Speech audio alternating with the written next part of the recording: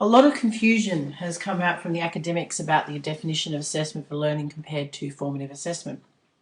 Assessment for learning relates to the student-involved approach to classroom assessment, whereas formative assessment is more when the evidence from this assessment is used to adapt teaching work to meet learning needs. An interesting point from the ARC Board of Studies New South Wales website, they decide to only highlight assessment for learning for years K to 10, not years 11 and 12. To be effective, it is not just what and how they assess, but also why. Fit for purpose needs to be considered. As Hargrave states, assessment is equated with measurement.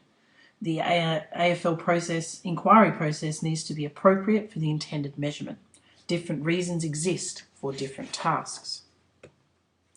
Orsman discusses how objectives need to be clearly stated or purpose clearly grasped by the student, allowing them to see the bigger picture.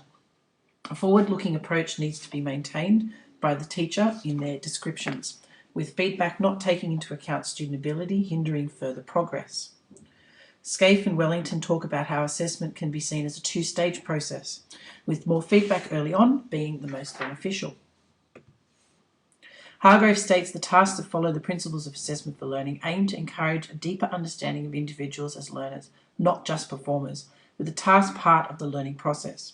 Black and William discuss the need for the positive classroom culture needs to be established that encourages deeper learning and thinking. Even with the principles of assessment in place, this does not mean that students can reduce the gap. Hattie and Timperley suggest that sometimes they blur the lines or abandon their goals to make them more achievable. Broom and Co. have found that a major impediment to creating this classroom culture is the overall school climate, with the high-stakes testing impacting on the emotions toward assessment in general. Hattie and Timperley define feedback as information provided by an agent regarding aspects of one's performance or understanding, with Bloxham and Campbell adding that it helps to define their level of performance.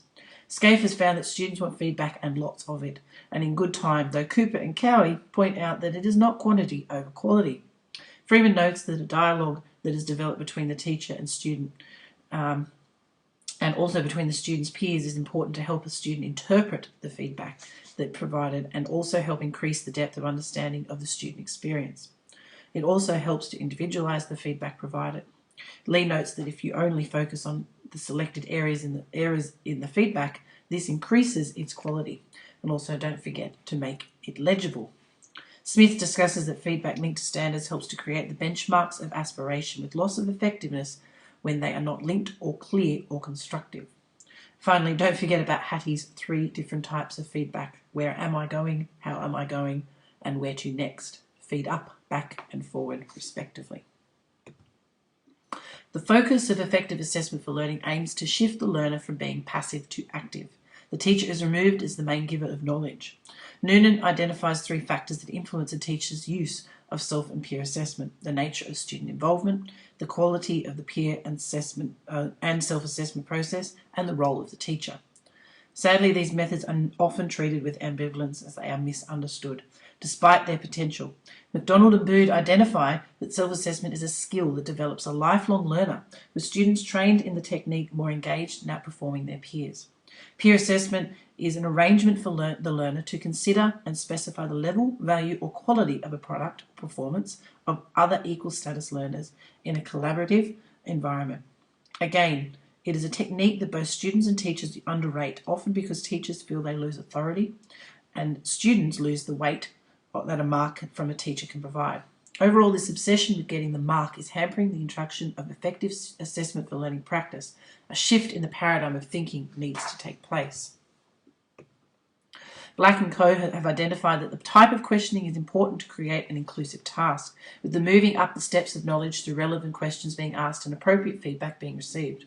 A number of threats of bias have been identified to creating this inclusive environment, including internal factors such as the traditional experience of teachers and students, school-based professional learning community, and the classroom assessment culture.